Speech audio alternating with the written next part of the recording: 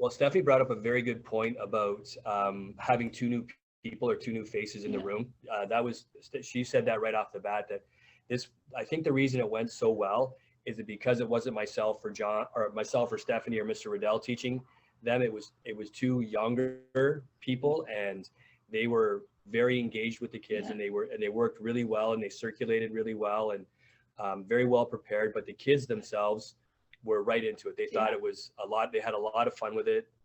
They were very engaged. They were Yeah. answering questions. They were taking risks. So the girls did a really, really good job with the kids for sure. And I think even the model too was what how we worked it out to have both girls sort of presenting in a sort of a tag team, like in a collaborative way, and then doing it twice.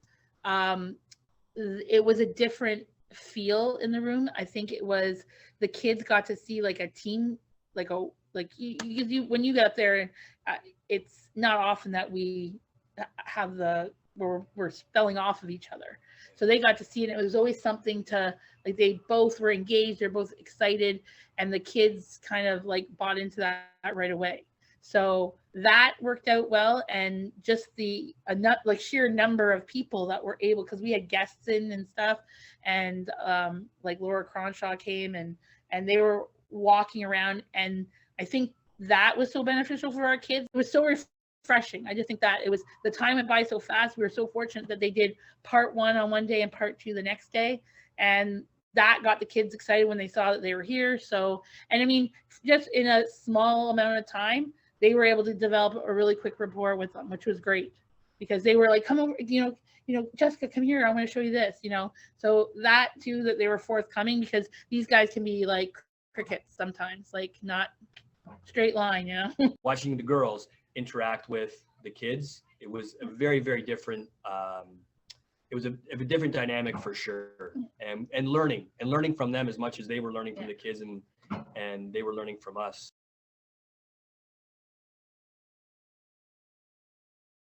Actually, before I became a teacher, I was in skilled trade, and I did my apprenticeship before I ended up going down this road.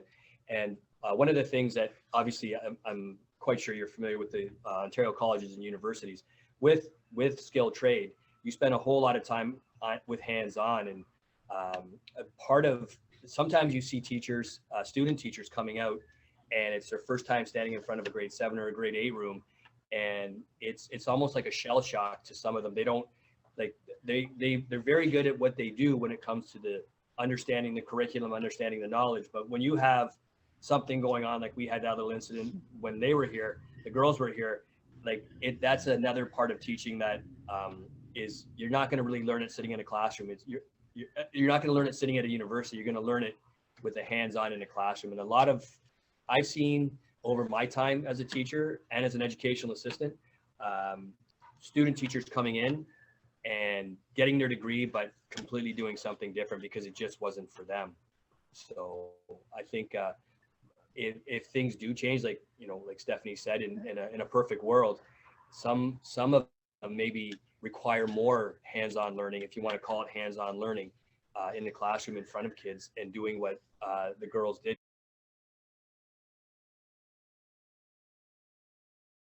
I liked it that we got to walk around, because that's usually we are drawn to specific kids that need our help and need us to be in the vicinity of them, which was nice because they got a new face and we got to go and see the other kids in their thought process.